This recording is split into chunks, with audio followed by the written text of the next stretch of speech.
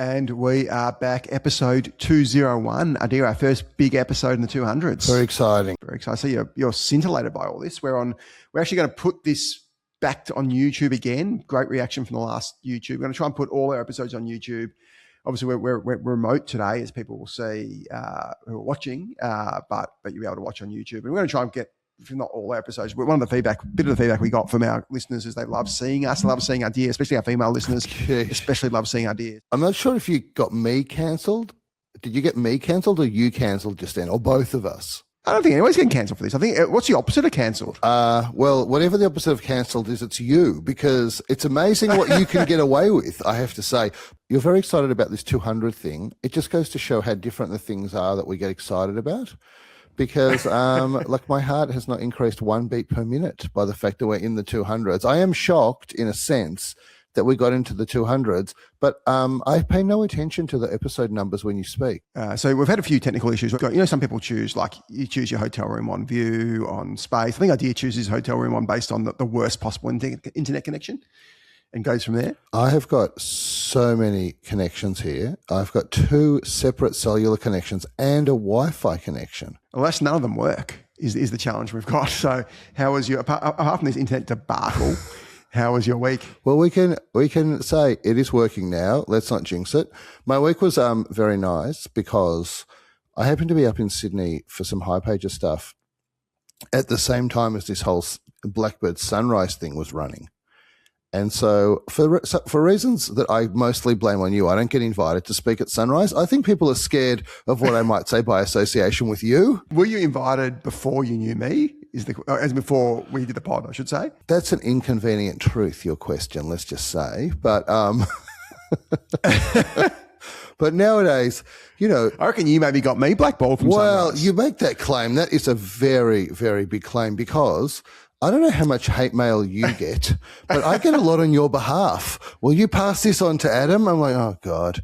And so, and my answer to people is I really people don't are too think... scared to send it to me. They send it to you, but always send it straight to you. Well, my answer to people is I don't think you want me to pass this on to Adam. I don't think that's going to go well. But anyway, every week there's like the postman comes with 8 bags of mail to you. Maybe 2 bags are love letters and 6 bags are like, these are forwarded from Adir. Generally people who are getting government rorts and want those rorts to continue is the bulk of this mail. Well, that will ensure that there will be another 4 or 5 bags this week. That's good. Bring it on. So the thing is, what's happened in Sydney, which is really a great startup hub, I have to say. I think maybe Sydney and Adelaide have become the great startup hubs in Australia. Sydney and Adelaide, and we spoke to Steve Baxter a couple of weeks ago, and like Brisbane Gold Coast is rising as well. And I think Melbourne's got a bit of catching up to do again, but Sydney is really the preeminent startup place, I have to confess. And they stopped funding South by Southwest, which personally I thought was a good idea. And now what has happened is that Blackbird has said, we're going to cut Sunrise from 2 days to 1 day, presumably because they were struggling to fill it for 2 days. It's got very expensive to run conferences. Do they charge for it? Yeah, they charge for it. What's the cost? I don't know well, you can work it out by this because I didn't really look, but I did get this message that said founders can now pay $99 to come along, pre-Series A or Series A and before. So my guess is that the main tickets are a few $100s, and then they let these like early stage tickets for $99, which is good. And so they have all these functions that are on around the main conference. You can imagine what the main conference is. The main conference is a homage to everything VC, frothy, foamy, and let's bow down to tech as lords and masters of the universe. What percentage is Canva adulation of this conference every year? Well, I can answer the question about the Canva adulation by saying this. The main speaker was Cliff. So that's your answer to that question. That's the answer. Like, I think... Was Double Bay Jesus there? Mike Cannon-Brookes there? I don't think so. Although he made a great announcement this week, right, Mike Cannon-Brookes, which is we're going to be profitable at Atlassian, and all of a sudden share price jumps 20%. What a surprise. What unpredictable. Unpredictable. So it jumped 20% and it's still 75% down the last year. So I wouldn't say it's a great comeback, but they did have a better revenue result last week. So that's all right. But what did we say was going to jump the share price? To say let's be profitable, and now they're at a point where there's no downside anymore. Oh, for sure. But the thing is, the share price should be double what it is if it was run properly. So this is a start. Okay. Well, now they'll be profitable. It will start running. So anyway, let me tell you about this thing. So at this Sunrise thing, they had the head of, not the head, like some relatively senior people from Anthropic that were there, basically telling everyone, I think that doomsday is coming unless they build better software. You had Canva there saying we're now an AI company and 1 million people have used our AI platform since we launched it 2 weeks ago, which is a decent number, although I thought that was a bit low relative to the size of the business. But they say they're the third largest image generative AI business in the world now. That's impressive. That's an impressive number. Well, the question is, how much is that people just using Canva, and as a result of using Canva, that ticks that box, or are people using Canva specifically? I'm not sure I really believe that number as having any kind of utility in it. I think it's just they've basically forced AI onto users, and suddenly it's now the most used AI because they've forced people to do it because it was the third most used graphics program. So I'm not sure that's relevant. I still maintain sell to OpenAI, take cash, not stock. And so totally. Yeah. 100% they should. And also if you say you're the third most popular, then the obvious question is is there going to be room for anyone after number 2? That's the other challenge with that question. Well, who's 1 and 2? Is it Gemini and OpenAI or Anthropic now with Claude Design? Exactly. It'll be 1 or 2. It'll be some frontier models, right? Who knows which 2 they are. Nano Banana is excellent. Certainly for notebook LLMs use it. I find Nano excellent, like a really good product. Yeah, well, I'll talk more about some AI stuff in a second, but let me finish about this whole Sydney thing. So you have all that stuff going on, and then you have these side events. And so I find myself in Sydney, and there's this side event that has a capacity of 250 people. It's already got 550 people attending, and it's closed. Can't go, closed. And it was this sponsored kind of Blackbird, but Blackbird got the bottom billing, which I think is like getting the second billing. It's like the movies, how you get bottom billing is second billing. And so Blackbird and the IOF one, the one, what's one, that one, that's the one associated with Monash and Jeff Levy and all of that thing. Not our innovation fund. Oh, it's David Shine. David Shine fund. Yeah, exactly.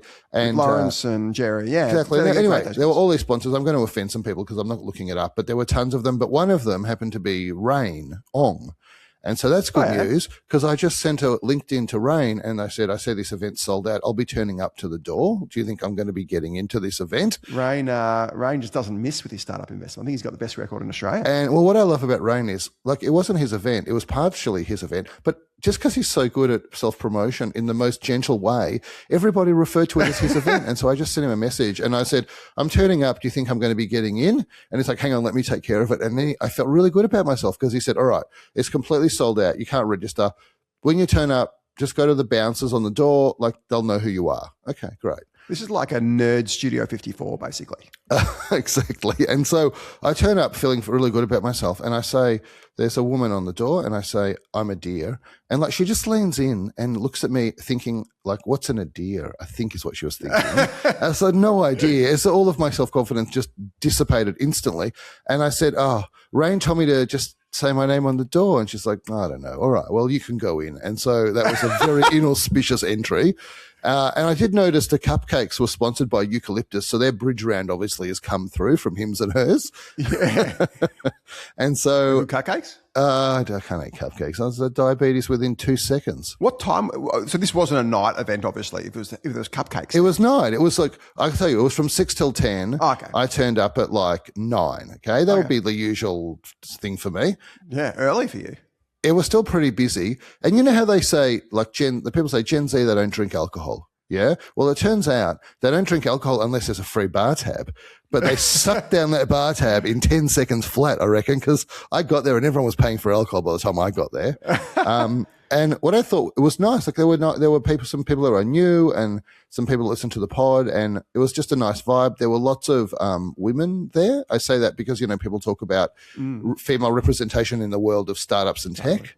If they're lucky and they handle themselves well, this week around the Sunrise Conference could potentially turn into something quite special for the world of startups. And certainly there were people that had flown up from Melbourne, like Rohit Bhargava, who is the Startup Playbook podcast and fund, etc. Well, I think you've been on that. I was on that a few months ago. I kind of teamed up with Rohit for some stuff. He was up there and doing some stuff. So it definitely attracts a good crowd. And I think it's really interesting for the startup space. And I think that is, we love VC, also make fun of VC and the kind of, maybe lack of self-awareness in the startup world and the way they speak about themselves. But I will say, I think they do a big favour to the startup scene in Australia and in particular in Sydney with the way that they've done the whole StartMate and Sunrise and these kind of events around it. Speaking of your sort of rain security guard incident, it reminds me of probably Peak Schwab, which was not sort of running Luxury Escapes in this obviously Australia's best podcast. It was back in 1999 where he used to be a promoter / hosted a nightclub called Redhead, which Mike was too young for, but Adir probably might remember. I reluctantly went there a few times. This is the day, nightclubs don't really exist anymore because Tinder's killed them essentially. But is that right? I don't think that's right. Is that right? Why do you need to go to nightclubs anymore where you got apps? Like the whole point of going to nightclubs was to pick up. Well, that might be your sales pitch against nightclubs, but are you in that scene nowadays? Do you know that they don't? Have you been disappointed in the last few years? Well, I'm not, but I know they don't. They just don't. Like in the sense that Redheads and Silvers and all these great Metro, all these big Melbourne nightclubs. Sydney never had the same scene, incidentally. It's much more of a Melbourne thing. Maybe it's the AFL connection. Anyway, I used to be a promoter at Redheads, which was by far the best. A lot of listeners will remember Redheads being. It was the hardest place to get into, the coolest place. Grant Smiley ran a couple of nights there, so it was a great DJ. Now runs Vermont in Crown and is doing some other stuff with the Prince now. And Grant was like the main guy, and then there was Owen Birrell, actually worked with Grant, who is a fantastic analyst at RBC now, and I worked for Owen essentially. So there's this kind of pyramid scheme of promoters. I was near the bottom, but I was much more commercial than all the other promoters. Are usually pretty cool guys, and I was much more commercial. I just sort of bandying my name around, as you'd understand, pretty willingly, so people could get in if they mentioned, a bit like what you did with Rain, and I could stand out the front of Redheads, and there'd be a queue like 100 people clamoring to get in. You couldn't get in. You'd be waiting out for hours. Be able to stand next to Teddy, who was the bouncer, who's tragically passed away a few years ago. And I'd go to Teddy and point to like these three people, and they'd like wade through the crowd and get in. Like that was the best moment of my life. Oh, that's power. When you're 22 or however old you were, that's a lot of power. It's all downhill from there. It was absolutely downhill at a rate of knots since then. I'm not getting into Rain's functions these days. Well, Rain would have happily let you in. And what I did see is, I don't know if you have seen this on LinkedIn, but there's some maniacs that are selling some kind of woolen hats that you wear in the sauna. Have you seen that thing going around on LinkedIn? Oh, vaguely. Yeah, vaguely. And so they were speakers at Blackbird's function. I think they're ex-eucalyptus or whatever it is, like growth people. But they're selling these sauna hats. Anyway, a few people wearing these sauna hats. I don't know. I don't have saunas. Apparently, those hats are pretty good in saunas. I mean, I would not wear that hat or have a sauna, so I think I wasn't the target market. But there's some it's the usual. What I like about the startup world is like it's so unself-consciously pretentious that it provides endless amusement to me. But like, there's kind of no one to share the joke with because like everyone is like can't see the joke. But I think these hats were maybe one of my highlights of people walking around these hats. It sounds like a great event. Speaking of tech, did you see? I'm sure you saw because I sent you the Street Talk article that the most hyped float of 2026 is not currently happening. So we've never bet on this, but we had a tete-a-tete. I saw you sent it. I didn't read it. Is that what it said, that it's not happening? Well, so I was talking about Firmus, which is the potentially $8 billion. This is preparation at its finest. The $8 billion AI data center business, of course, run by Oliver Curtis and his cousin Tim Rosenfeld. And basically everybody was saying this is going to get away. It's got some very high profile, very smart backers. You got Phil King in there, you got Elliston in there. So these are smart, very successful investors, and some other people who've had a great run as well. And basically everybody was saying, other than, well, a couple of us was much more skeptical, but a lot of people were saying I'm going to get away. They were planning to list in June, July. That listing has now been deferred till later in the year, inverted commas. this sort of backs up my theory that I don't see this thing getting away. If it can't get away now, which is peak AI, peak bubble, peak everything, stock markets, US stock market record highs, Australian up far behind it, AI bubble still fermenting, Nvidia still flying. If it can't get away now, I can't see this ever getting away. Well, so I'm looking at this thing that you sent me, 2 paragraphs, which is basically some code words have been used in this article, which is they're waiting for the full year accounts for June 30 to be finalised. So that just means that's just a fancy way of not having to say delay. Yeah. Because no one really cares about the June 30 accounts. Yeah. And they're waiting for a few more client orders to firm up, which is probably because they've apparently got this big hyperscaler order, but they won't say who the hyperscaler is, but maybe it's Meta and, I'm sure they've talked about Meta. I think they haven't used the name, but they've. I thought they had. You know when people say sources close to the company? Yeah. That means the CEO. That's what it means. Yeah. And so, it's a very close source to the company. It's the company. And so the sources close to the company, I think, said it was Meta, or people not authorized to speak, or spoke. By the way, not authorized to speak, the way that happens is they say, am I allowed to speak? And they ask the company says yes. And then they say, all right, I'll talk to you, journalist, but I'm not authorized to speak. But they literally just had to get authorization in order to say that. And so, so I think Firmus has got the wrong approach here, because basically this is a pricing problem, in my view. You might think this is just a hype stock and not a real company. Everything's got a price. So if you sell at $1, it's going to get away. So intrinsically you're correct. I'm shocked to hear you taking the extreme position.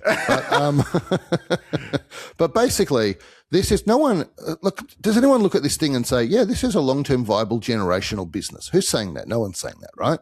People are basically saying, oh, money, we can make money. It's salivating, right? And so then the greed kicks in. And the thing is this, there's a balance in booms, bubbles, about how greedy you can be. And I think Firmus is maybe pushing that a bit past the line of greed. And so they're trying this, how much $1 billion? $7 billion or something, right? Well, I think they were asking for $8 billion from my $8 billion. Oh, yeah. So $5.5 billion USD. So what's that? $8 billion, just about. Yeah.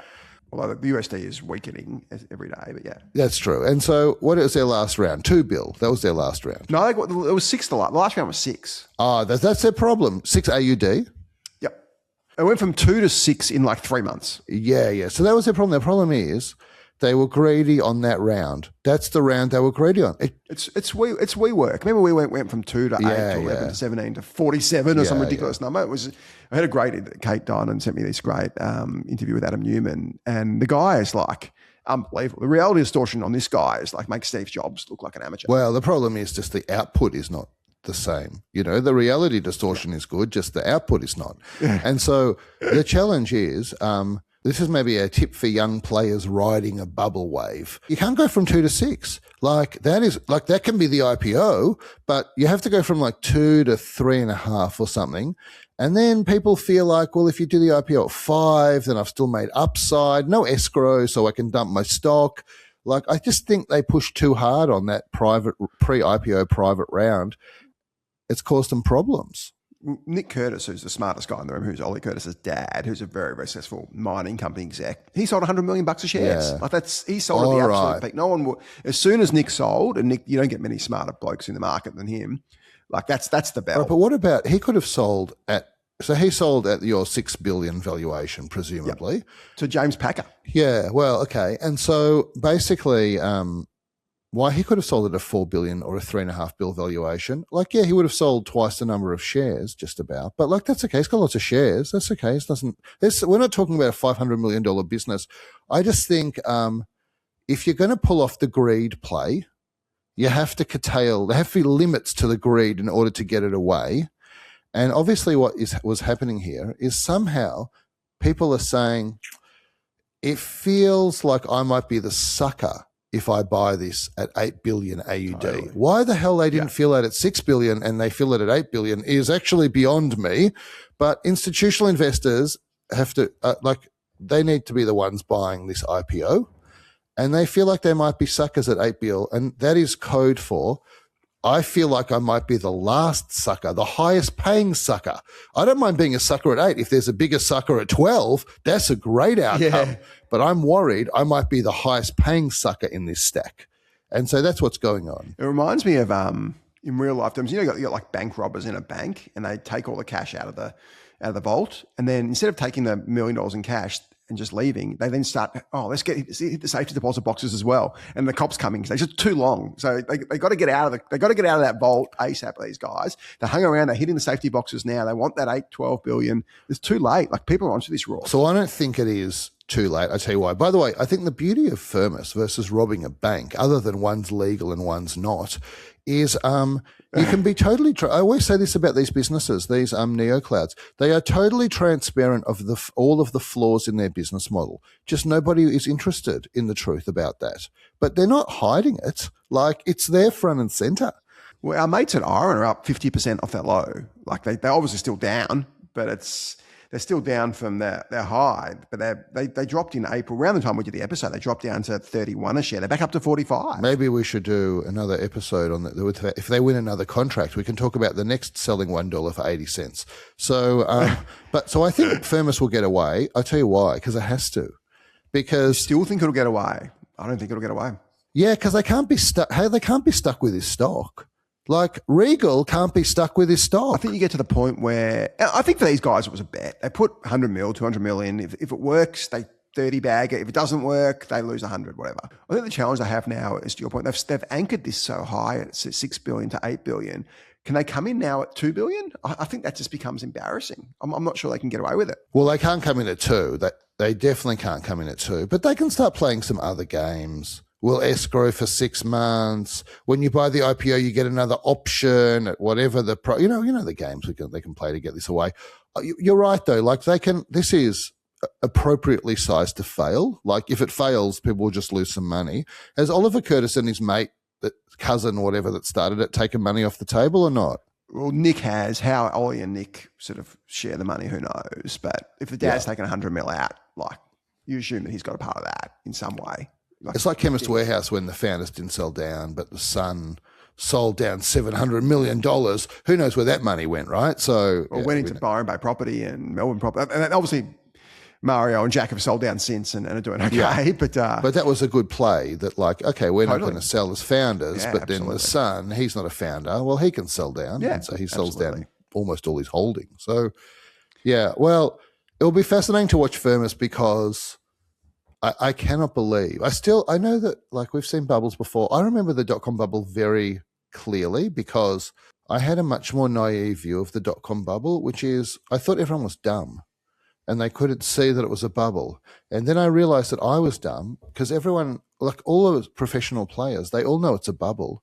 They're all just riding the bubble because they think they got a chance of getting out before it pops. Yeah, and that's Phil, and that's Ashok here. These guys are smart. I think these guys are fully aware of the limitations of Firmus's business, but they were eerily close to making like a 30 bagger. And if it doesn't hit, then it doesn't really matter. That's a small portion of the fund anyway. So I'm not overly critical of those investors. Well, do we agree on this point? I suspect we agree on this point.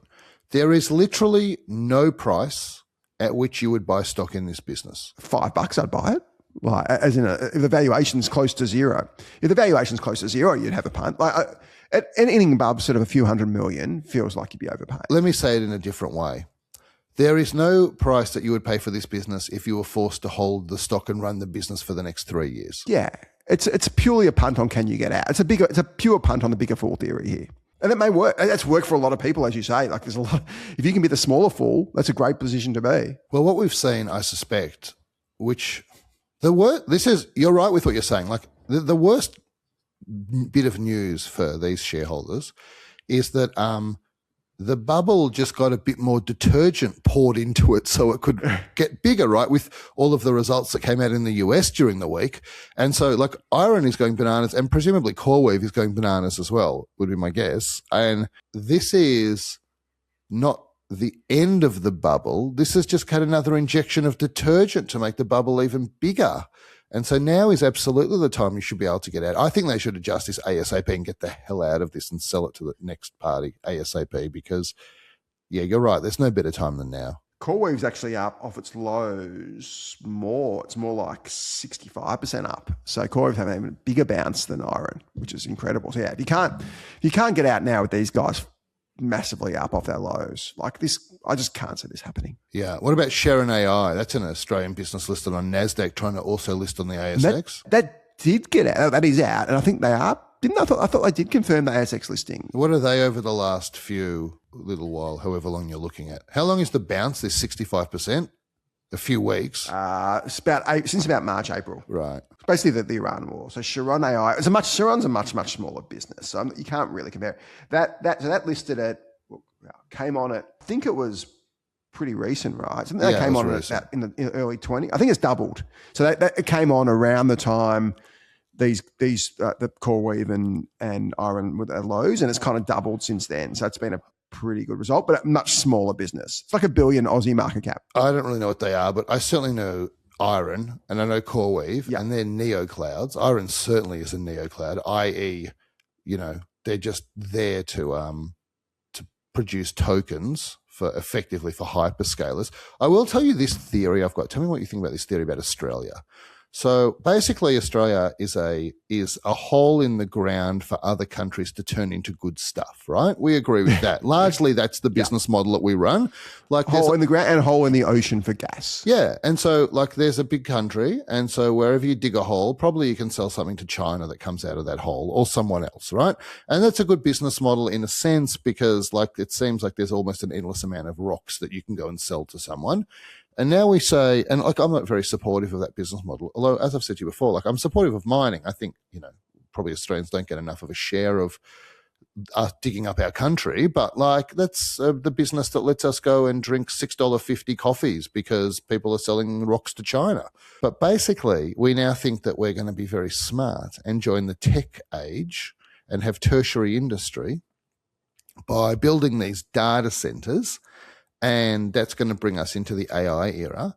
But when I look at that, what I think is that we've just found new rocks to mine because all that we're building with these data centers is token production as an input to AI models. There's no great AI models here. I mean, Canva says they've trained their own model. And so that's impressive if that's true. Good. But we are not one of the top 5 AI models in the world coming out of Australia. Once again, we're just producing the rocks that go into other people's good stuff. Well, it was actually worse than the rocks. We're giving power that would be used by Australians.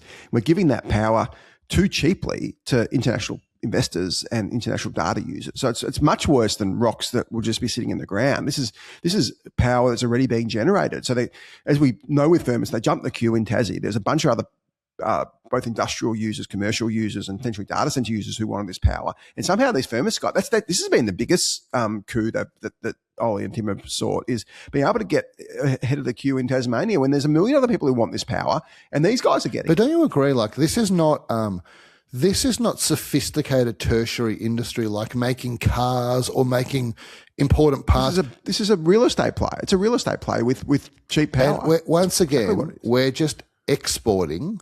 All right, we've done a bit more processing than we do to the rocks, which just go onto a ship as rocks. But we're basically just exporting the underlying inputs for other people's high value added businesses. Well, also what we're seeing is in the US, I haven't had them here yet, but this massive backlash against data centers and AI in general, understandably. So if you've got your power bill going up and then the data center guys are saying, we'll reduce power bills and blah, blah, blah, and that may or may not happen. But at the moment we're seeing power bills go up because data centers are hogging power and we're potentially risking blackouts. And you've got idiots like the Victorian government saying we want data centers here, as in it's all good. There's going to be inevitably a massive populist backlash against these things that just basically turn resources of taxpayers into profits for a small number of people. And that's just not sustainable. So in the US, 29 municipalities, local municipalities, have passed ordinances to ban data centers in their municipality. One state is now looking at passing that legislation. There is about to be a huge fight on jurisdiction in the US regarding who can and can't make decisions on this. There is no doubt that there is a growing backlash in the US against data centers, in people's jurisdiction. And the reason that this is happening is because it's a democracy, and as we've discussed many times before, politicians predominantly care about getting elected or staying elected, and the voters do not want to have these things in their backyard sucking their power. How politics works to a large degree is big business / lobbyists get in the ear of politicians and get favourable treatment. That could be through tax benefits, through licensing, through whatever it is, because politicians have a lot of power to divert resources to rich people. And that generally happens to a point where it starts really impacting the population. But that point is often quite far away. And we see for the left, it's usually unions, and we've seen that in Victoria. So we've seen a huge hundreds of billions of dollars diverted to useless infrastructure projects like the Big Build, or including specifically the Big Build. That's purely just a unions brought to unions who are getting a cut of that, probably 20 or 30 billion. What the right side of politics historically does that for their corporate donors. So in this case, it could be data centers, could be hyperscalers, whoever it is. So eventually you push it too far and you get too greedy, and people will start realizing, oh, actually, hold on, this doesn't actually work for me. Why am I paying double for power so someone else can make money? And then you get the point where politicians go, oh, actually, maybe we do have to switch this over. Well, what do you think would happen in Australia if the local LGA, what's that stand for? Local government area? Yeah, I think so. If the local government, like the LGA, where they want to build a data centre, basically said, we're not providing planning approval for building data centres in our municipality. I mean, that would be an interesting jurisdictional fight, right? I mean, that's going to go up to whatever state planning authority there is. But the truth is that state planning authority is overseen by the state government, who wants to be re-elected. I think there is some inevitability to that playing out at some point soon in Australia. I wouldn't want to if I'm a Tasmanian resident, I wouldn't want to be underwriting Firmus' data centre in Lonza. It just makes absolutely no sense. The beautiful thing about Tasmania is that 100% of the energy generation is hydroelectric. Like when people talk about renewables, like Tasmania really has nailed renewable energy in a way that very few other places can because of their ability to access hydro. They actually export some of that into the grid, I think, don't they? They do. It's up there with Canada, which is British Columbia is excellent for that, and China's actually now very good at renewables. And so if Firmus runs a sales pitch that says like, we're a data center provider that runs on 100% renewable energy. Well, that is their pitch. That will be true, right? Well, their pitch is also like we're better at cooling stuff, you know? Yeah. But basically, that will be true.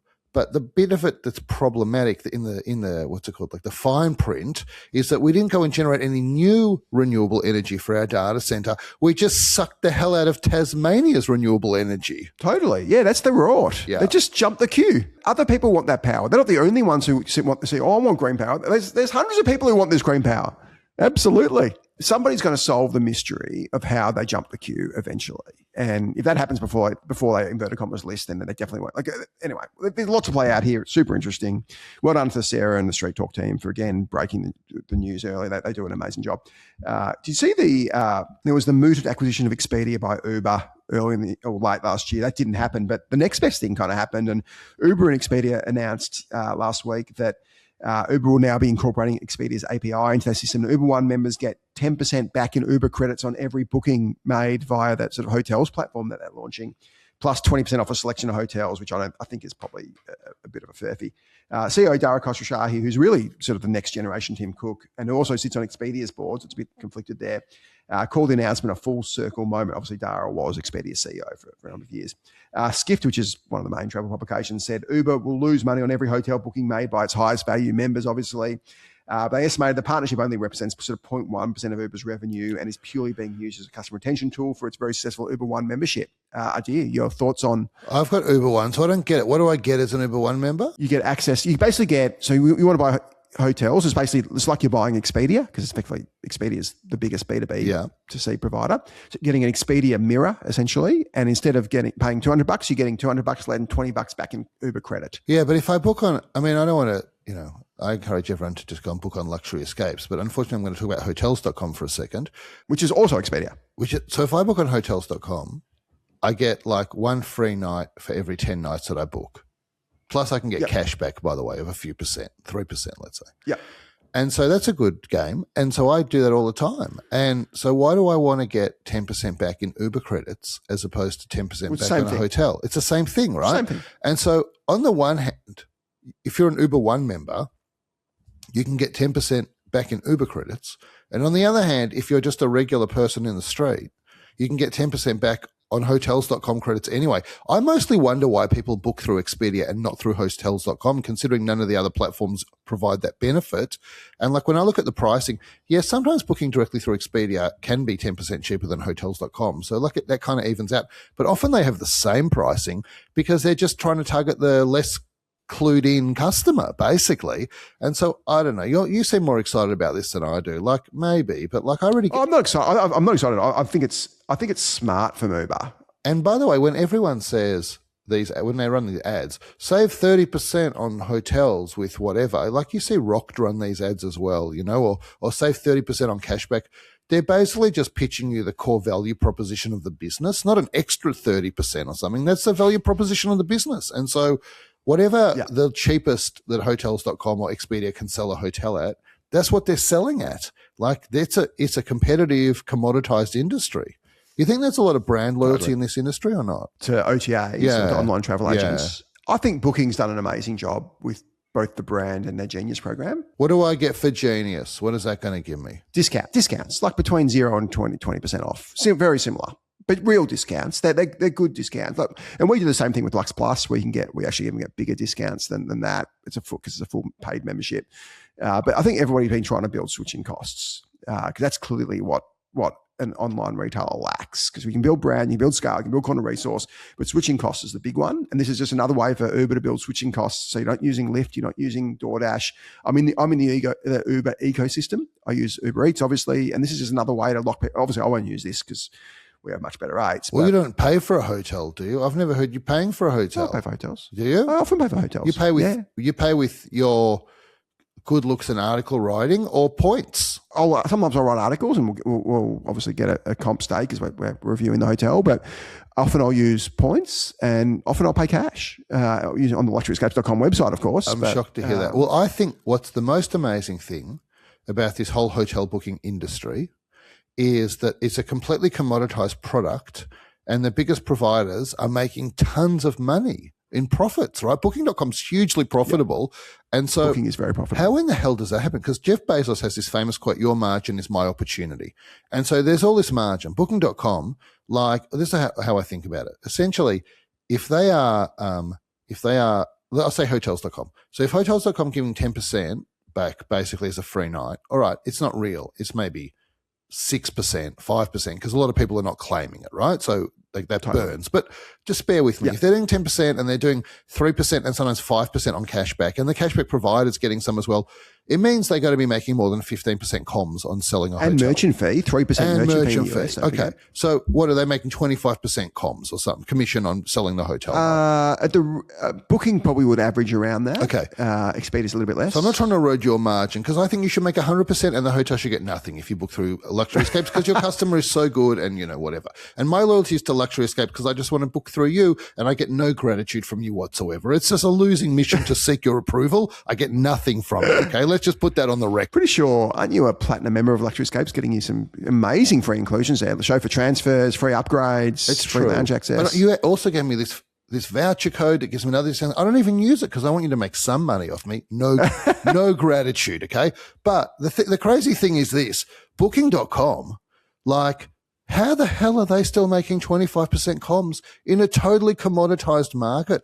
And my view is it must be that they have built a powerful brand through consistently advertising, and people don't go and Google or TripAdvisor or whatever when they're booking a hotel. A whole ton of people just go straight to Booking.com, probably the app on their phone, and the customer acquisition cost is essentially zero for that repeat purchase, and that is one of the key benefits of brand equity. Oh, it's not zero. They do have an incredible brand. I think when you say how was the commission so high, how was the margin so high, I'd argue it's not a high margin relative to most other sectors, but whatever, even say it's 25, what Booking has built is massive scale as well, incredible scale and incredible, as you say, incredible brand trust. So when you combine, you generally need brand and something to get that alchemy and become a really big business, and often brand, something and something. And Booking has certainly brand and scale. They don't, and they've probably got a little bit of switching costs as well with the Genius program. But it's really brand, because often what happens, you look at meta search, and Booking's almost never the cheapest. Expedia is almost never the cheapest. You've got what's called dodgy, what we call them dodgy online travel agents. And these are people who get effectively rates that should be offline and put them online effectively illegally, but it's really hard for hotels to stop it. And you often see these dodgy, and there is a risk you book one of these dodgy OTAs, you might not be able to check in. So there's definitely a risk for customers, and I would never suggest anyone do this. But often booking through its superior brand can charge 10 or 15% more than these dodgy OTAs because you just don't know if you're going to be able to check in. But don't you think my argument here is that if we say brand is driving pricing power and it's driving reduced acquisition cost, you've just said, yeah, it probably does drive a bit of pricing power. They can charge a bit more. And by me just coming back to hotels.com and not Googling, and I don't only go to hotels.com, actually, I probably check 5 different ones, to be honest. Yeah. But by me going back there, that's a zero acquisition cost that they're paying on my booking. And so they're getting real benefits of brand building, I suppose. But don't forget, Booking is the number one spender on Google globally. Oh, is that right? A huge amount on marketing. And Expedia spends a huge amount. So both these businesses spend about half their revenue on marketing, give or take. So they do have to spend a lot to not only acquire customers, actually reacquire customers. So yes, Booking, the reason why Booking's such a better business than Expedia is its brand's so much better. And it's got a great switching cost as well with Genius. But if hotels.com dropped their 10 nights get one free, I would just stop using them. So they definitely are paying for me as a customer. Absolutely. Well, that's the retention cost. Yeah, and I also try and use American Express because, they have that stuff that they give you. Sometimes if you're platinum. If you're platinum, they used to give you But you're usually paying more. So it's not usually you can't pay a bit more. It doesn't matter for you because you're staying in a suite anyway. But for Mike and myself, we're staying in the lead room. I've seen the rooms that you stay in. The video can't even fit the whole room in when you're staying in a room. It's a 15-minute walk-through tour. It's like a real estate review when you show me a video of where you're staying. And so when I'm paying that much smaller rooms, I can assure you. So Amex also does this, like stay 3 nights, pay 2, stay 4. Yeah, but that's diminished, by the way, on those platforms. Like that's gone. There's like that almost never exists anymore. Oh, really? I've got rid of it. They usually give you breakfast and a credit. They still give you all that, but listen, I'm there for the stay 4, pay for 3. Let's be honest, and so I like that. But and upgrades in Japan, they're big on respecting the upgrades. In the US, hit and miss. But I think it is just my overarching view is this: you're very smart for playing in a space where you're not just commoditized, where you're actually doing deals that are different to what's on every other platform. And it does shock me that an ultra commoditized, this is a lesson in the power of brand, that an ultra commoditized category can spend so much time and energy and money building a brand that they're able to maintain pricing power and reduce their acquisition cost and be hugely profitable in such a commoditized industry. I'd argue there's a lot of commoditized industries that have similar dynamic. Look at the food industry, how food brands, these food brands manufacture the generic brand? As well. Oh, who's that? Could be milk, for example. So the same company that makes Woolworths milk makes whatever A2 or whatever it is, yet they get a massive premium. They're not that profitable, those businesses, though. They're a bit profitable. Mostly what's profitable but as a percentage. Well, Booking's only profitable because it's so big, but as a percentage, it's actually not overly profitable. Yeah, okay, well, that's a good point. Their margins aren't great. Yeah. Can I move on just quickly? And something I never really think about this, but public transport system. We talked a lot about free public transport, which actually supported in Victoria, and I think Tassie's doing it as well. But I was driving. My daughter does cheerleading in Fisherman's Bend, and it's quite Fisherman's Bend. For those who aren't from Melbourne, Fisherman's Bend sort of where the ports are. It's kind of an unusual. You sort of past the Westgate Bridge, you're under the Westgate Bridge essentially. It's basically, there's some commercial stuff there. There's nothing really there. There's basically some building sites, but no one lives there and very few people work there. Then I keep seeing these buses. So when I pick my daughter up at 6 o'clock or 7 o'clock or 8 o'clock, I see these buses, like multiple buses in this place where there's no one, and multiple routes. There's 237, 235. And I see these buses, and I saw 3 buses basically all within sort of a minute of each other on last week. And I thought, and I had a look in 2 buses. There was not a single person in either bus because why would there be? Because literally there's no one who lives here, and there's no one who works here at this time. So and I thought, what the hell's going on? So I had a quick look, and there's 2 routes that go here, and the buses run every 8 to 10 minutes. It's extraordinary. The cost of running these, I did a quick bit of searching. The cost of running these routes is about $3 to $4 million a year. So the Victorian government, the effectively bankrupt Victorian government or close to bankrupt Victorian government, that can't afford to do anything, can't afford to pay teachers, can't afford to pay nurses, is running buses to this place where no one lives and no one works in nighttime with no one on them and spending 10 million bucks. God knows how often this is happening, but this is just such a symbolism of the unbelievable waste and fraud that exists in this government. It's probably because the bus unions wanted to employ people or something like that. But there's no justification for these bus routes running at all. Yet they're spending millions and millions of dollars every year on it. I hear you. I don't have much to add to that, except I'm not surprised by anything. This is this is like late stage bubble of the government. That's what happens, right? So suck out every last cent while you're still in power. That's what I think about that. Can I talk about a couple of kind of exciting things, actually?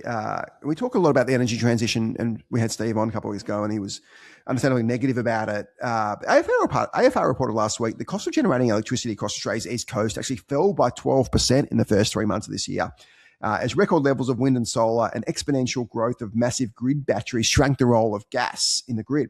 Renewable sources such as wind, solar, batteries, and hydro produced 47% of Australia's power in the first quarter, with share of electricity generated by coal and gas falling to record lows. Replacing expensive gas generators is rapidly growing a fleet of huge batteries, which are soaking up cheap power powered obviously by rooftops during the day and wind farms, and they can discharge it during the evening. The amount of power discharged by batteries in the first quarter was 3 times more than the same period in 2025, which is pretty incredible growth, which driven by more than a doubling of the amount of battery power that's joined the grid. Average price of generating power was $73 per megawatt, down 12%, as I said. So, Adir, we talk a lot about the transition, but it feels like it's kind of happening in the background. People are buying batteries, and I'm looking at getting a battery for when we finish our house. So you've got solar improving, the efficacy of solar improving. You've got efficacy of batteries improving a lot, and talk about that more in a second. Are we coming close to solving this energy issue just with literally batteries in people's houses having a massive impact on energy usage? Well, I think I've looked into this quite a bit. Those batteries are expensive, right? $20,000 a battery or something. Absolutely. And you get a government rebate. Government spent $3 billion on these batteries. Right. I mean, of course. How would the government not spend money on something? And so it's so, like, I just want to just say this bluntly. Your decision to buy a battery cannot possibly be shaped by the government giving you a rebate, can it? No, but it certainly helps. Essentially, certainly the size of battery that I'm looking at, you can get a bigger one or a smaller one, essentially. And essentially, you're looking at the financial payback. Like, I've got to pay 50 grand or 100 grand for this battery. If it saves me 15 grand a year, that's a 7-year payback period. But if it was a 12-year payback period, which maybe it is without the grant, I wouldn't get it. So it definitely would impact my decision on certainly the size and possibly getting one full stop. So you're very opposed to government grants that don't benefit you, but much more supportive of government grants that benefit you. No, but even like I haven't bought this battery yet. I'm supportive of battery.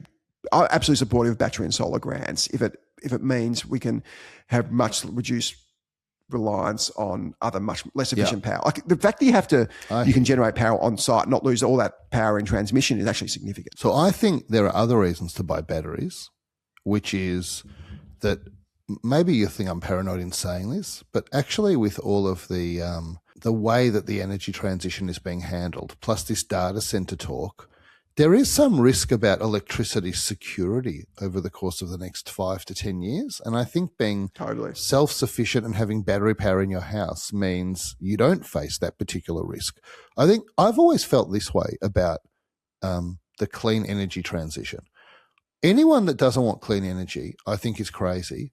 Because if you go outside where they're burning lots of coal or lots of petrol, diesel, like oil-based energy, like it sucks. Like it's polluted and it doesn't feel good and it's not nice.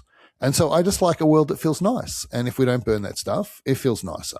And then the question is, how do you get across to a world where you're burning less of that stuff? And the other thing that's important to me is the lights stay on while we make that transition. I think that's important. And I also like air conditioning. So I want those things to work while we move to renewables. And I think the main problem I've always had in Australia and globally is that it moved from a science and technology-based discussion to a religion. And like you had two opposed religions. Absolutely. And all of a sudden, once you have religion and you have the ultimate truth, and you know the truth and there's only one truth, and the other side is, heresy. And so I think that's been fundamentally the problem. But overall, I agree with you. Like there has been a rapid transition to renewable energy, especially solar. as a consequence of home solar. The flip side is this, though, and maybe I'll make these 2 points on it. One is, as you said, like it's 47%, so, and it's tripled in the last year. That's amazing. But obviously there are times where there is just too much electricity, and that is especially on sunny days during the day. And in fact, if you go on the right electricity plan and you have an electric car, as you do, you might know that you can actually charge that car for free for a few hours during the day if you go on the right plan. Because if you try to put your energy into the grid at those times, you'll actually be charged money for putting your energy into the grid. It's like a negative cost that there. And the flip side is obviously that when times are not optimal for wind and solar in particular, then like, yes, it's battery discharging time, but no one is able to necessarily meet the demands of the country when it's cloudy or at night or when there's no wind. And I think that's like where we're at the moment. And it feels to me where it works is batteries. Obviously, you need batteries to get slightly better, and as they are, and we'll talk about some battery developments in a second, and solar panels become slightly more efficacious as they have been. So, but before we say that, yes, I agree. But then we say, hang on a second, we can't divorce this conversation. It's like a beautiful melding together of this discussion. The whole world now wants AI. And AI is the most energy-intensive activity from an electrical perspective that the most sudden jolt in increased demand for energy that we've faced. And there is no possibility that we are going to be able to roll out the data centers that are required in the next 3 years using renewable energy. It's just not possible. Like, we can't increase that quickly. And so, like, the country has got to make this tricky decision, which is, do you want to do the continued pathway to renewables, or do you want to host data centers?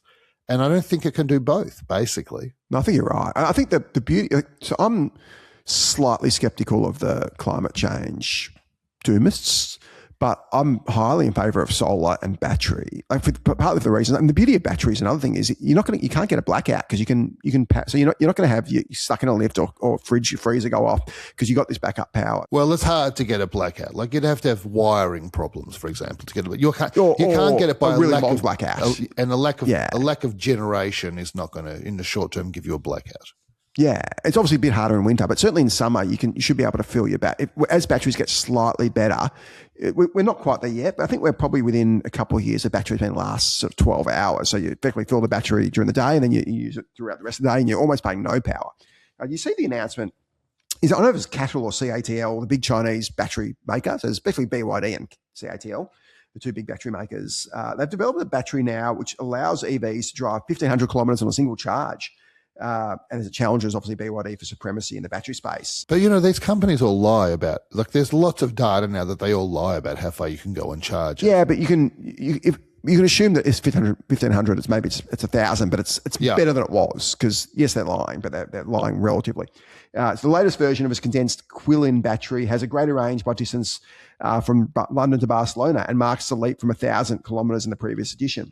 They've also released an upgrade to Shengjing, which can charge from 10% to 95%, so from 10% to 98% in 6.5 minutes, which previously went from 5% to 80% in 15 minutes. So this is basically now to the time it takes to fill up a car with petrol, which is incredible. And BYD's at 9 minutes to go to 97%. So they're both like making incredible leaps and bounds.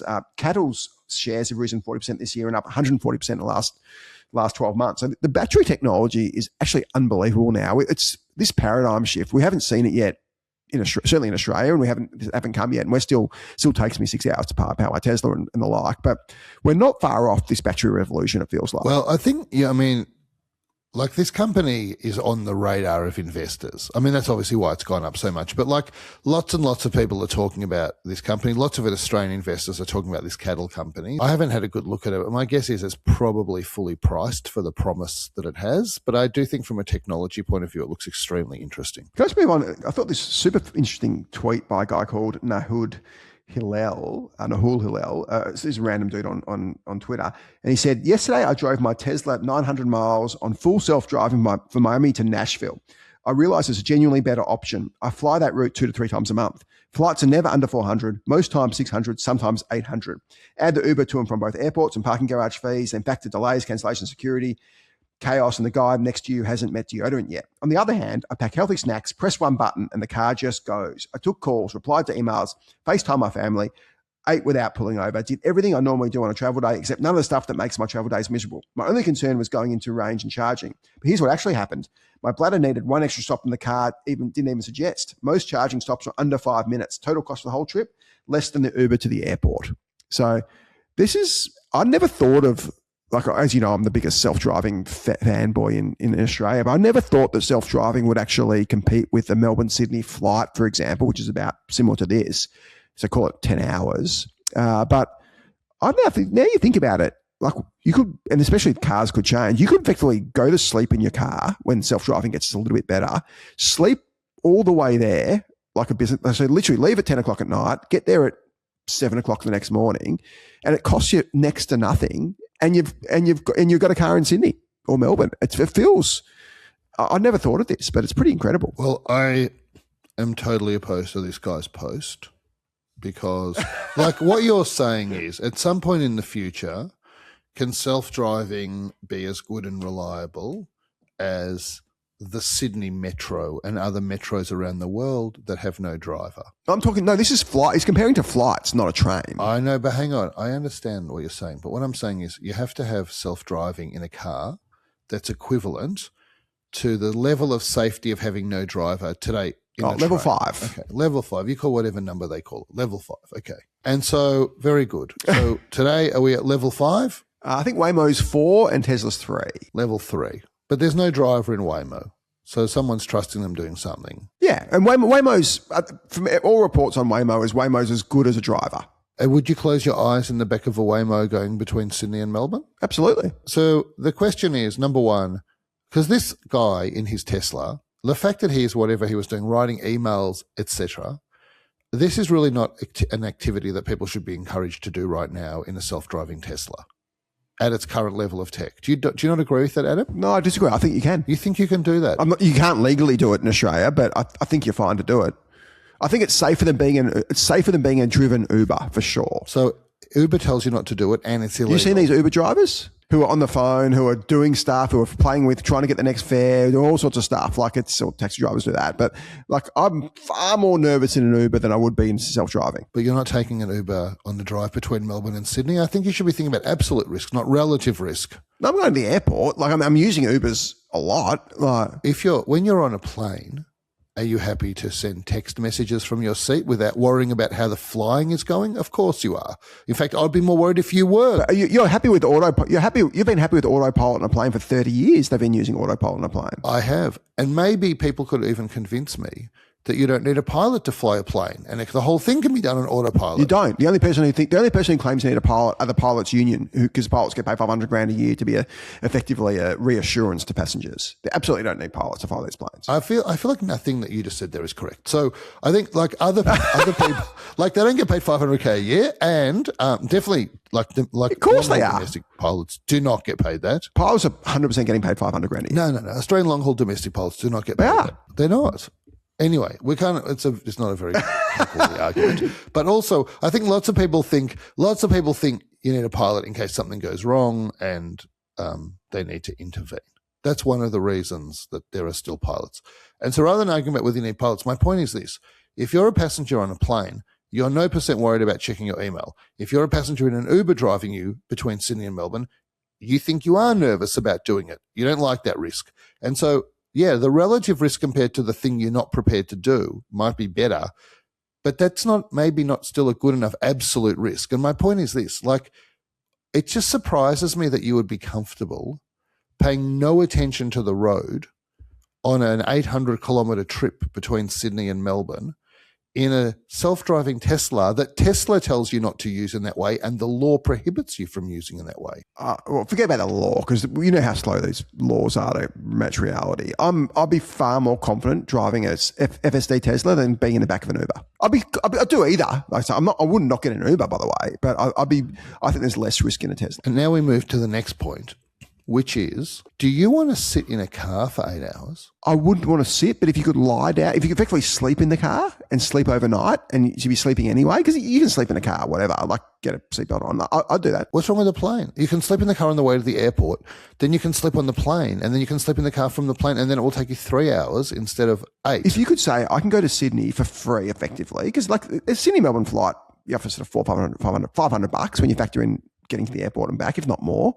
Plus you've got, it's about 3.5 to 4 hours. The best you can do maybe 3.5 with a good run, 4 hours with and it's more if I'm pretty close to the airport. I'm only 20 minutes from the airport. So if you're further from the airport, it's longer.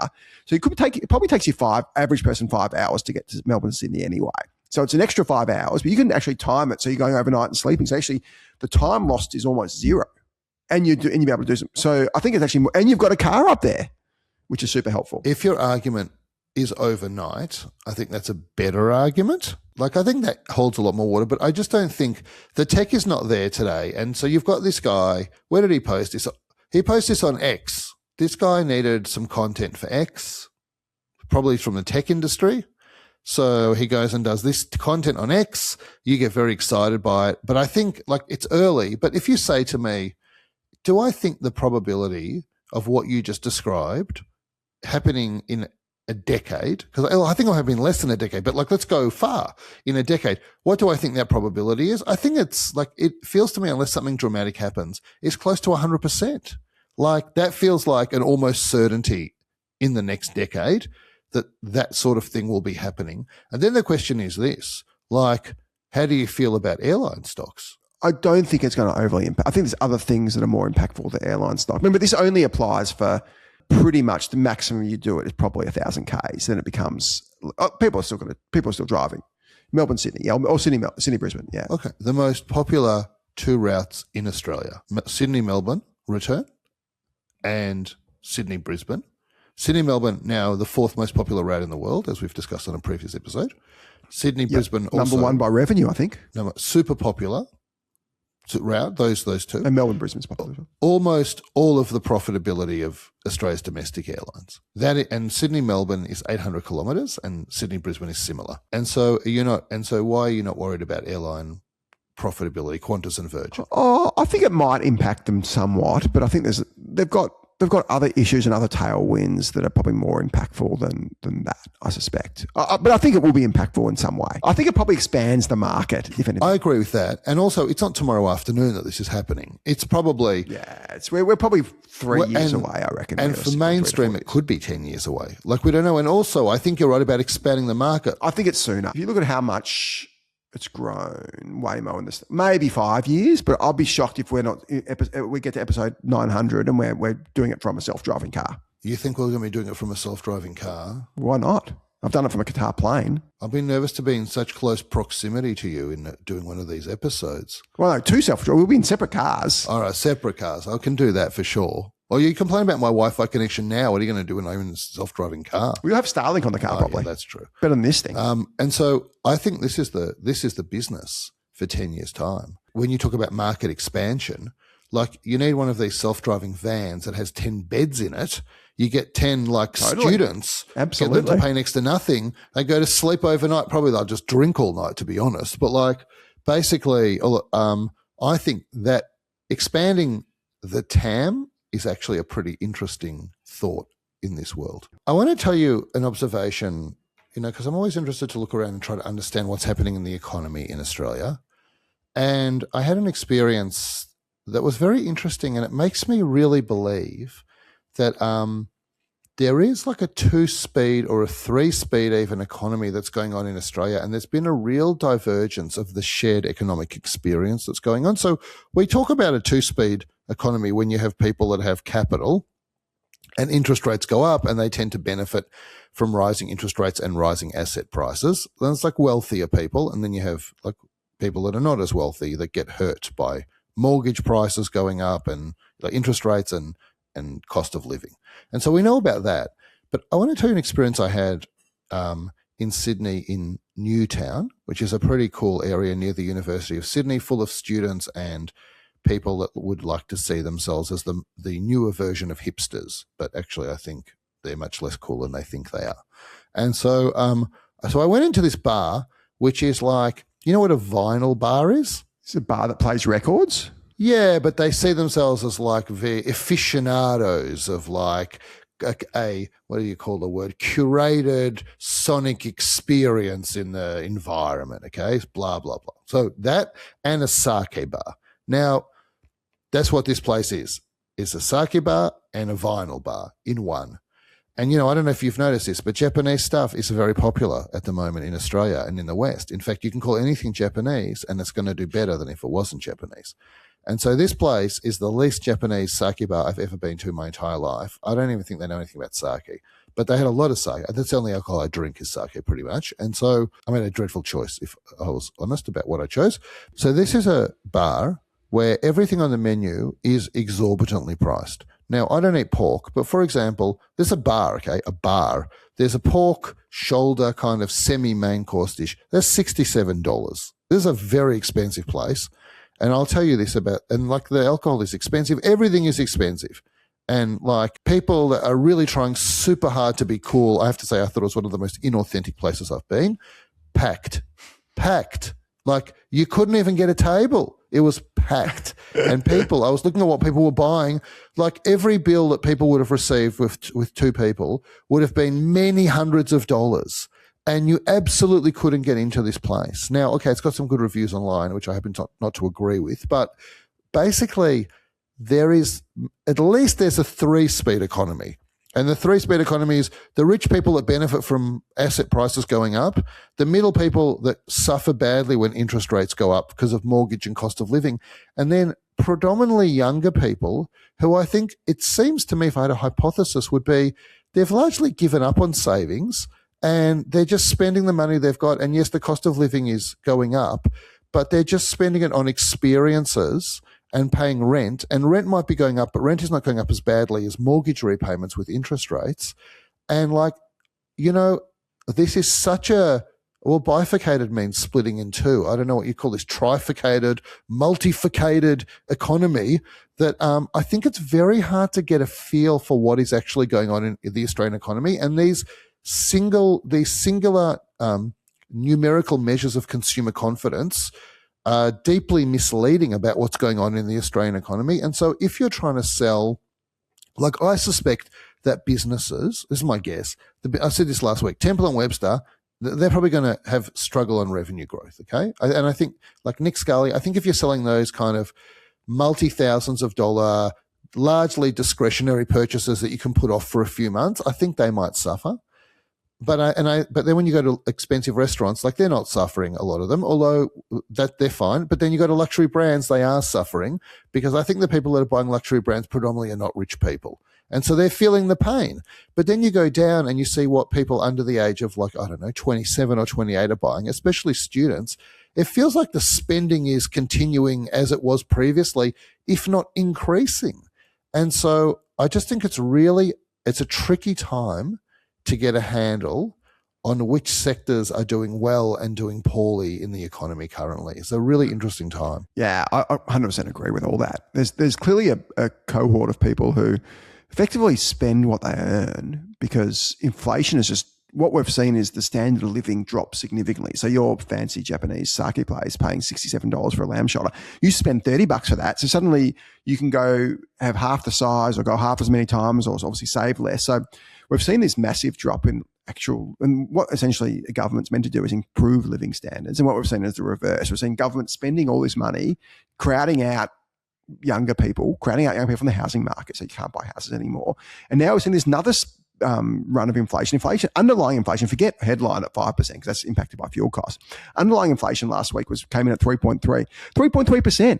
This is well above the target. This is already after everything's gone up 40% because of COVID and everything else since then. So we've got the RBA asleep at the wheel, allowing prices to skyrocket month on month, and things is getting harder and harder for people. And this is the thin edge of the wedge. Is it just makes standard living so much worse. Well, the other thing that was interesting, I thought when I was walking through Newtown, is there were a lot of people smoking cigarettes.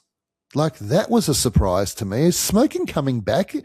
Is that what is? Are they? Like, it seems like they are. It's the illegal stuff. It's illegal. The illegal ones. Yeah. They've taxed the non-ones out of existence. I don't even know where people are. What does an illegal cigarette mean? Does it mean it's a fake version of a known brand? What does it mean? I'm not a smoker. I think it's when it's like a no-branded cigarette.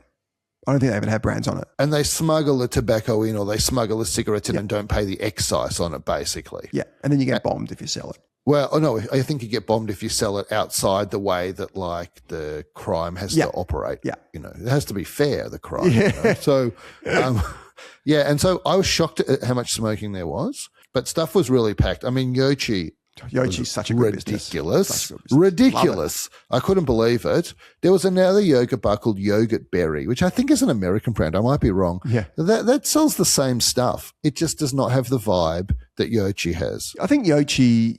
It's got, not only does Yochi have a vibe, I think the Yochi product is better. Like the Yochi gelato, there's one near us called Stay Crumble. I think the Stay Crumble toppings are great. They do a good job with that. I was shocked that they went for that name Crumble and spelt it the same way as the American business. Yeah, well, they got sued and had to change the name. Yeah. But their gelati just isn't, their yogurt, I should say, just isn't as good. Yochi just has the yogurt that's amazing. And maybe it's because because it's the scale's so great. But what I love about Yochi, this is obviously the Alice family, I love how they're giving free sparkling water and still water away. They're not, so many businesses monetize water.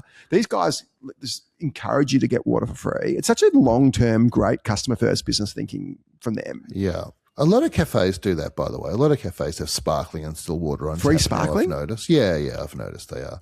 They've got the motor taps, which I'm actually putting in our house, which what Yochi use, which are fantastic. We have it at work as well.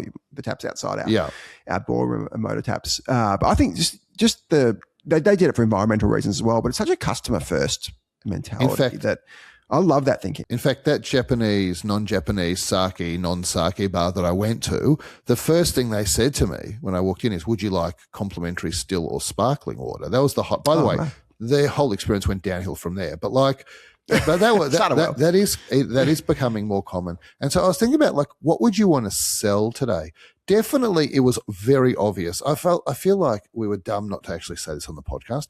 It was very obvious that the supermarkets were going to see a bump in their revenue because, number one, there's inflation, and number two, people panicked and bought toilet paper from the war in, like, Iran. And so it was obvious there was going to be a bump in sales in the supermarkets. But, like, what do you not want to sell now is the question. And I think, like, expensive, undifferentiated consumer goods would be a very tough game to be playing in now. But I think anything being sold, experiences to younger people, overpriced experiences to younger people with an air of exclusivity or coolness, I feel like that might be the ultimate thing to be selling now. I think my order would be anything now that is AI related. Like, if it's AI related, you can get money unless you're trying to get an $8 billion valuation. If it's AI at risk, no matter how good your business is, you're probably in a bit of a tough moment now to attract investors. If you're in retail, it's going to really separate based on what part of retail you're in. You know me, I always rather be in vertical retail and make my own stuff. But I think the experience economy right now, especially for rich people or young people, that is a good part of the economy to be in right now. It's been good probably for a decade. Well, maybe not mid-COVID, but probably since 2022, it's been great. Like, obviously we're in that sector and it's been really resilient. Maybe, but this is the sad reality, is that I think the experience economy targeting younger people got stronger at some point when young people lost hope of being able to get on the financial ladder. And that is very sad, right? That is very sad. No, I agree with that. Let's go to our very favourite deep dive section brought to you by our great friends at Terram Capital. They acquire technology companies to grow sustainably over decades. Thinking of selling? Give Scott a call at terram.capital/contrarians. And one of Australia's possibly the best market darling we've seen in the last 20 years, Cochlea, has shocked investors when it announced just a massive profit downgrade. So Cochlea, as you will know, obviously, Adir, but our listeners may not know, markets and designs, manufactures and supplies the nucleus cochlear implant. That's obviously its hero product. It also has a hydroelectroacoustic implant and the Baha bone conduction implant. Business has a remarkable 60% market share. The business was actually founded back in 1981. Do you know who founded it? Did you remember? I forgot, but like I'm familiar with the name. I just can't remember. Dr. Graham Clark, or Professor That's Graham right. Clark, so That's absolute right. legend of Australian science. He joined up with Paul Traynor, who had a business called Nucleus Group, and the University of Melbourne to commercialise the cochlear implant. Got a lot of funding from the Australian government. And they launched the Cochlear Nucleus 22 implant, the first multi-channel cochlear implant, and Cochlea was formed. The business, I had no idea this was the case. This is a great trivia question. I'm sure listeners play along. Which conglomerate bought Cochlea in the 80s? Oh, I don't know that either. I'm totally unfamiliar with that. Led by a very dynamic CEO who did a great job building this. The conglomerate fell apart a bit later on, and now it still exists in other forms. The businesses generally still exist, but the conglomerate itself disintegrated. Was it an 80s flamboyant billionaire conglomerate? No, it wasn't. It was a better conglomerate. It wasn't like a Skase or a Spolvens or a Bond. Ah. It was a good business that still exists in parts. I've got no idea. Pacific Dunlop. Oh, that is good. They owned the Ansell brand as well, right? Is that correct? Phil Brass. Yeah, so Ansell's still going. Pac Brands is somewhat still going. It actually was, if you look at now, obviously Cochlea has been incredible. So had they been able to keep that together, it would have been an unbelievable business. But obviously the era of conglomerates kind of ended. But Phil obviously did a great job building that business. He was the CEO, right? I think I met him a couple of times. I knew his daughter. He wasn't like an Alan Bond character that put this thing together. He was effectively running the business. No. This is 100 years. Dunlop's a 100-year-old brand. Yeah, and I ski with his son, who's a outstanding skier. That was a remarkable acquisition. So obviously the business actually got spun off and listed in 1995 as Cochlea, and that's when Pac Brands effectively split up into. They owned bonds as well, right? Was that right? Pacific Dunlop. Yeah, that was Pac Brands. Yeah. That was then she bought by private equity. I forget, CVC maybe. I was a junior lawyer when that happened, and I worked on that prospectus. And now bonds is for sale again. I think Haynes might own it. It's constant. It's been handed around like a. Yeah, they do. They're putting it up for sale now. It's up for sale. So Cochlear's had an unbelievable share price run. It went from $8 in 1999 to $338 in 2024. A lazy 40 bagger hit $20 billion in market value, being it's sort of a top 20 Australian business. Since then, unfortunately, it's been somewhat of a disaster. It's dropped 74% to $92 and down 50% in the last month alone. And it's basically half the level it was when current CEO Dig Howard was appointed back in 2017. Reason for the catastrophic drop was Cochlear announced that it was reducing FY26 underlying net profit guidance from, well, I'll give you the midpoint, from basically 450 to 320. So that's a pretty just disastrous downgrade. 25 million bucks of that was due to strengthening AUD, because obviously they're a big US business, but also was hit by lower margins due to decreasing scale, and 18 to 25 million dollars in higher expense. So basically everything can go wrong is going wrong at this place, what has been such an unbelievable business for basically 40 years. In February, the business reported a net profit of $195 million for the first half, and revenue growth of 1%. So it wasn't really growing, and was also actually dropping profit then. It's forecasted a midpoint net profit of $130 million now for the second half. So this is a drop of 33% half on half. Bear in mind, underlying net profit was already down 9% in the December half. Anthony McDonald, writing Chanticleer, noted, the way Howard explains that Cochlear's problems stem from its major US business, with Cochlear making half its revenue in North America and their customers and doctors struggling financially and choosing not to proceed with implant surgery.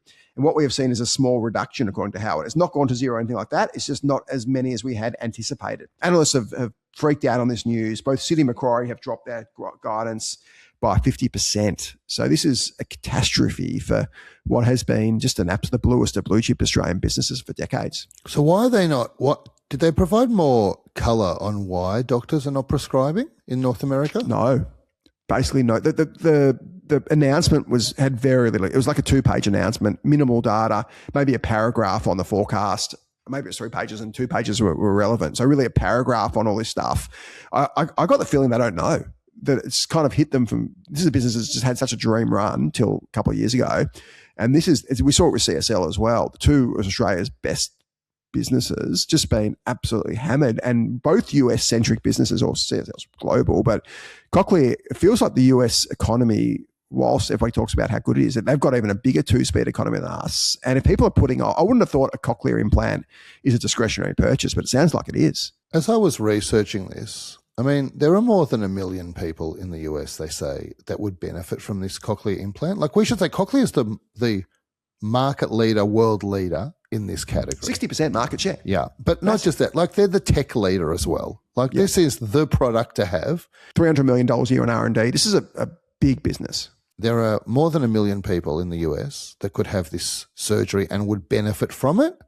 And like 10% of them have been implanted, of qualifying patients. So you'd say like the TAM, the total addressable market, that looks amazing for this business.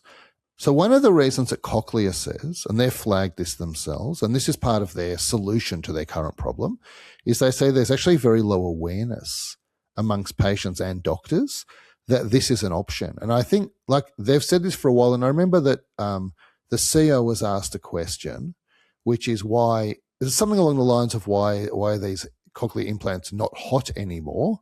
And his answer was in the area of something like, it was never hot. Like this has never been a hot category. And I think awareness amongst doctors and patients have always been problematic. The other obviously issue is that that it's the US and things are expensive. And if your insurer is not paying for it, then you're not going to get this implant. And my guess is that a big chunk of this problem is due to insurers, like the insurers not paying for the full cost to get this done, because people are not going to have this paid out of their own pockets. It's just going to be very, very expensive for them. And then I would say there's some minor issues, right? Like this is surgery. This is not a hearing aid. Like you've obviously seen people that have had these implants. You see it on the outside of their head. Like this is surgery. Some people are scared of surgery. I don't know if you know this as well. I came across this a little while ago. Like I read an article on this maybe 3 years ago. I don't know what to call them politically correct. There's a deaf community. The deaf community is really opposed to this is not the whole deaf, it's not all deaf people. It's a particular community. And they're really opposed to the idea that being deaf is a disability and treating it and curing it, so to speak. And so I don't know how much of the million plus potential patients that affects, but I remember I read an article. It was quite an interesting article, which was like these two deaf parents had a deaf kid, and the deaf kid could be treated with a cochlear implant. And the article was this whole kind of look into how the parents felt about the kid being able to hear when they couldn't hear, and whether deafness was perceived as a disability or whether they saw it as this kind of power or differentiator or a way of cultural thing. Like it's a very complicated issue. I don't know how much of the deaf population that affects, but I think this is multifaceted. I would say on a business basis. So what this market cap at the moment? About $6 billion. So there's a business that's got like $700 million of cash and receivables, although they said that they might have to have some write-off because of the war. What are they selling to the Iranian regime? Like, why is the war giving them write-offs? Anyway, and then they've got they got $550 million of inventory and like a ton of, I don't know, a few $100 million of property, plant and equipment, and 300 mil of payables and no debt. Like, yeah, the enterprise value is even lower than the market cap. Much lower, $1 billion lower. It sounds like I'd give them credit for inventory there as well, because inventory essentially they're going to sell it. But let's say their enterprise value, which is like the value of the business after you take out, if you pay the cash back to you, like the key assets and liabilities on the balance sheet, cash related ones, yeah. So maybe it's $5 or $5.5 billion. And so this is a business. I was looking at the revenue line of this business. Let's call it $2.5 billion as a revenue line. And I'm just going to use round numbers. Like, let's say on that $2.5 billion, it makes 300. It made about 400 last year after tax, but it's obviously dropped off. Yeah. So let's say it made 375. That would be a 15% margin. But like, there's NPAT margins, right? After tax. Yeah. They pay a lot of tax. Well, let's pull it back a bit. Maybe they're going to be on a 12% margin. They make 300-ish. Okay. 300, 320.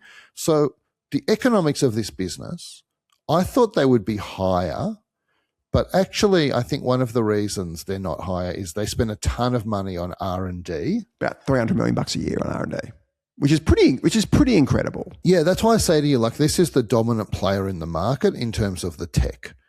And so how do you feel about a business? And this business is, they said, I think it was going to grow circa 6% on a constant currency basis, revenue growth.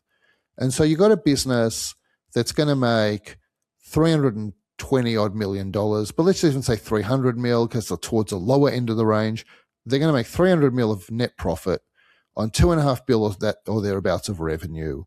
They're the global leader in the space. They don't have a TAM problem. Maybe they've got an awareness problem, although after 20 plus years, you might say that argument might be wearing a bit thin, but like they don't have a TAM issue. Like maybe they have an immediately addressable market issue, but not a total market issue. And they're now trading on what? Maybe 15 times EV, 17, 18 times enterprise value for one of, I would say, one of the world's best medical technology companies, certainly one of the best companies to ever come out of Australia. I mean, I feel like what has happened here, if we're going to be blunt, and what I should have said is my disclaimer, which is Alison Deans, who's the chair, is someone I really, really like and have a tremendous amount of respect for. And this board is an all-star board of smart people. So we should say that about this. And I don't say that to try and be nice. Like this is in no way a dodgy company. It's like an A-grade company. But what's happened is that the CEO has basically gone to investors and has essentially committed this sin, I would say. He said to investors, you know how you think that we're this really good blue chip, reliable company that you can just trust and is not going to give you big surprises either way? Well, I hope you're sitting down because surprise, like our profit is going to be like 35% lower than you think it's going to be. And like people are essentially shell shocked when news like that comes from a business like this. And I think a lot of this share price fall could be put down to these two factors. One is a reaction to that shell shock and saying, what the hell can we believe now if you give us this surprise? And the second thing is they were a bit of a, rolled gold, gilded company that got a premium for being so amazing and reliable. And that seems to have evaporated, which also happened to CSL. I think there's been a bit of a re-rating of this. We say the broader like health tech industry. There's been a re-rating. I think this company looks, if you say, which one of Warren Buffett or Charlie Munger is, you always forget this. You got to pay. This is Warren. A full price for good quality businesses. That's Charlie. Well, it's both. But Charlie was the one who convinced Warren to ignore the cigar puffs, the cigar on the floor, and start investing in better businesses that have better moats. This is in no way a cigar butt. A cigar butt is a diminishing business where you still get to have a few, carcinogenic puffs. It's a yellow pages. Yes. Is the classic. And so, but on the flip side, a business that is growing top line 6 to 8%, trading on, mid to high teens enterprise value multiple, that's not a bargain. You can't call that a bargain. But I think a business of this quality trading on these multiples with this much of a competitive moat, I think this might be, you might look at this and say, if ever you wanted to buy a really high quality like health tech business, med tech business, this feels like a time to buy it to me. I think you're right. But the CSL thing, I think, has probably weighed on people. I think people have marked down Cochlea because of its proximity to CSL, both Melbourne businesses, biotechs, market darlings that have had issues. So I think that's a really interesting point. I think if you go back to first principles here and we talk about powers a lot, this business has a lot of power. We know the brand is unbelievable. Oh, yeah, that's a good thing to talk about. I like that. Yeah, strong brand. The strongest brand in hearing medtech in the world, easily, 6% market share. You've got excellent scale. So you've clearly got great distribution into doctors in the US especially, but globally as well. You've probably got some cornered resource. I expect there's some pretty strong patents on this stuff. So chuck in cornered resource there. So that's three extremely strong powers that you have. Probably no other powers that are relevant. But to have three powers at play, like I think this is clearly they've got some current issues now. They're still spending a lot on R&D. So that's the obvious thing. You could probably hack into R&D $100 million a year, still be the market leader, and you'd significantly increase profit. But even if you don't do that, and I just want to say one thing. I want to say one thing to add to that, which is something that's not happening in this industry is because there is a big number two who's called like MedEL or something like that. They got like a 25% share, let's say. But what you're not seeing is aggressive price competition. So that's a good sign for Cochlea, right? Like this is like the brands of these businesses are able to maintain pricing power. That's a good sign. And this is why I love share market crashes, is because it gives, talk about young people being shafted before in other episodes. What you want as a young person is to be able to buy into Cochlea. I'm not saying go and buy Cochlea shares tomorrow. I'm saying you can buy Cochlea shares for 75% less than you could 3 months ago. That's an amazing thing. Like whether you do or you don't buy it, who knows, who cares? But like I'm no way buying Cochlear at 20 billion. At 6 billion, like that's really interesting to me. Like, and it may drop further because clearly there's some stuff happening that the CEO can't explain, which is probably, I think this CEO's been there 10 years, share price has dropped 50% under his tenure. He had been loved by the market, but now I think he's probably got to go. So Alison will be obviously working with the board on that. But like, and he's actually not overpaid the CEO, but he's sort of paid $5 million a year for a business of this scale is actually pretty reasonable. Do you think a CEO can survive this kind of thing? No, I don't think so. You can't survive because of the tenure that he's had? Well, combination. If you're a CEO and came in and this happened and it was that you can blame the previous administration, fine, but Dig can't blame anyone else. He's been there 10 years. So clearly it's on him. They had a great run with the currency. So with the Australian dollar dropping over really the last 15 years, that has helped them. And if you look at their profit growth year on year till the last sort of 18 months has been incredible. Like it just grew every single year. Like it just never dropped. So it was such an unbelievable business, people just loved it and people overpriced it. And now it's probably, argue underpriced because the market tends to either overreact or underreact. The market's clearly overreacted. Well, I think the market's overreacted here to the long-term powers of this business. It has bounced about 7% off the recent lows. So people seem to be thinking maybe it was oversold a little bit. But I love the fact that great Australian or great businesses are now able to be bought on mid-teens multiples rather than 40s, which is what we were seeing. We were pulling our hair out a year ago. Everything was overpriced, and we made this comment: why can't we find anything deep dive into that we like? Well, we couldn't because the market was so irrational and so overpriced. And now we see some great businesses maybe on special. I will say one of the things that blows my mind with Cochlea is that this is seen as a discretionary medical intervention. Now, I understand it's not you're going to die if you don't have it done, right? It's not must-do stuff.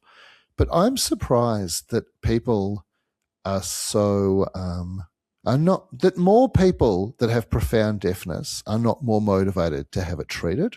That is a big surprise to me, and it's probably something I underappreciated before I took a closer look at this business. But that just seems to be the reality, and whether marketing can overcome that or not, I don't know. I thought there'd be a bigger just underlying latent demand for restoration of hearing. I'm sure maybe because it's an expensive product, but to me, this doesn't sound discretionary at all. If you've got profound hearing loss, I think you want to get it fixed. It behaves like a discretionary medical procedure, though. Yeah, I know. It's surprising. Which is bizarre. This is not plastic surgery. This is not elective plastic surgery. This is really fixing a disability. And I know there's controversy over that, but I would 100% get this if there was a need. And I'm shocked that it's not that it would be such discretion in this purchase. I'm highly bullish on this business long term. Well, I want to tell you the long-term bear case on this, okay?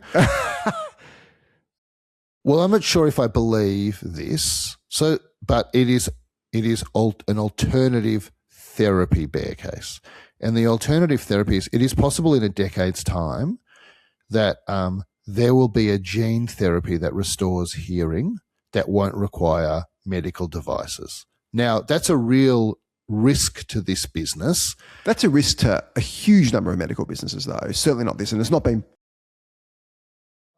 Yes. The thing is this: once things go badly, suddenly people roll out all of the risks of the business, and this is one of them. Now, if you said to me, and I just want to caveat, obviously I can understand when I read about this what they're talking about, but I have not read about this very deeply and extensively. It would really surprise me if there was a gene therapy that that could even threaten to displace Cochlea in the next 5 years. This is not their immediate problem. Their immediate problem is people are not buying their devices the way that you and I and they expect that they would. And the Australian dollar hurt them a bit as well. And the other stuff I think is largely noise. Okay. There's some stuff about European hospital, blah, blah, and the war in Iran.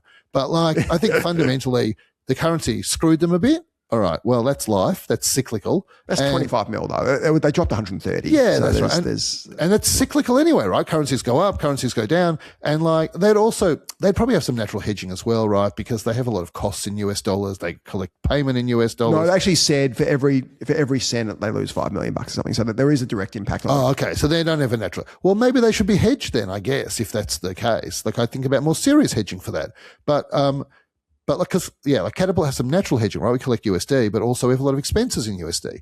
And so, but I think, like, fundamentally, they've had a bit of pain on the currency, but Americans do not seem to be buying restorative hearing surgery in the way that we would all expect them to. And the question now is, can that problem be overcome?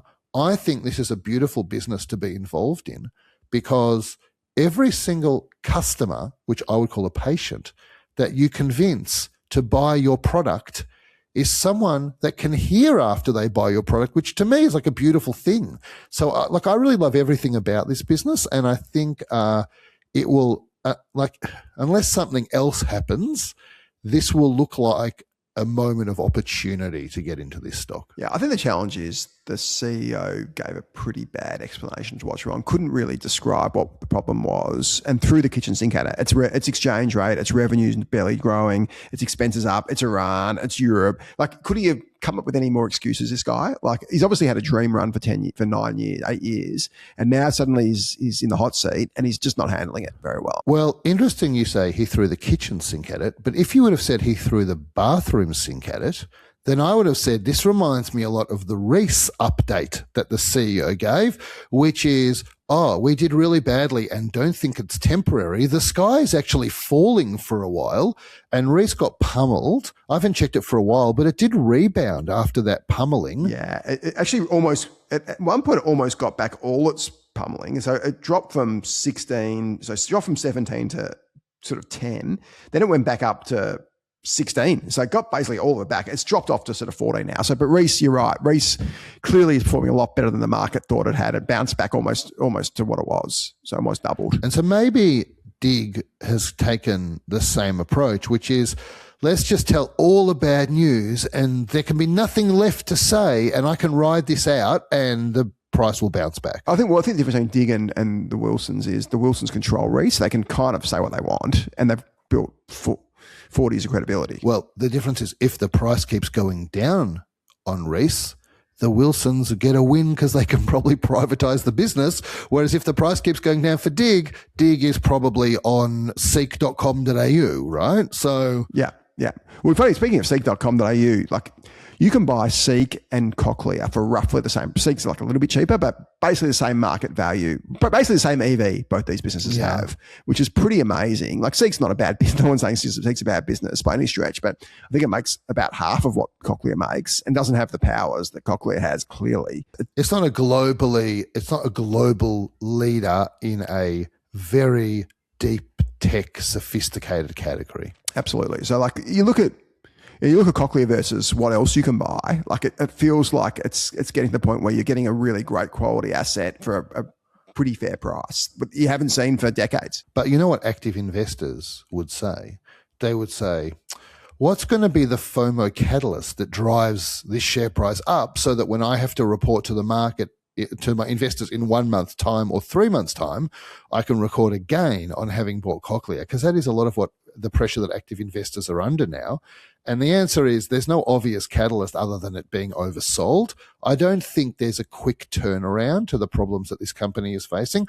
But I think if you're a real investor, what I mean by that is you look at companies and you say, it might not be value, right? Maybe you think this is actually not cheap, but like, I think fundamentally it's a really good business. And I believe in the 5-year story of this company. I think that is potentially an opportunity with this business. What you believe is there's a margin of safety between what the market's saying, what Mr. Market's saying this business is worth, and what the intrinsic value, which is intrinsic value is the present value of its future cash flows. So if you discount back all the dividends this business will eventually pay over its lifetime, I feel that and ultimately, great investors do what's unpopular. Like, speculators do what's popular. So you'll jump on the next hot thing and jump on copper stocks and lithium stocks and whatever's hot now. But investors buy stuff like this, stuff that's unpopular, that's unloved, that has great competitive advantage. That's a classic Warren Buffett investment play. Well, I always tell you, Adir's rules for making money. Believe something no one else believes, bet on it very heavily, and be right. That's it. That's all you have to do. And then you'll make lots of money, right? And so I think Cochlea might... And probably be patient is probably the fourth thing you have to have. Because we look at Microsoft now and that business is flying, but people forget, you would never forget something like this, but people would forget. It had 10 years of going nowhere, Microsoft, and you had to go and march through the desert for 10 years in order to get to the promised land. And so sometimes these really high-quality businesses do have an extended period of time of being unloved. Yeah. On that note, great episode as always, Adir. Thank you, Mike, for sitting in. We will see everybody on Saturday, of course, for our Ask Us Anything episode. Don't forget to catch this on YouTube if you want to see Adir's biceps in person. They are looking magnificent as always. We will see everybody on Saturday. Thanks for listening.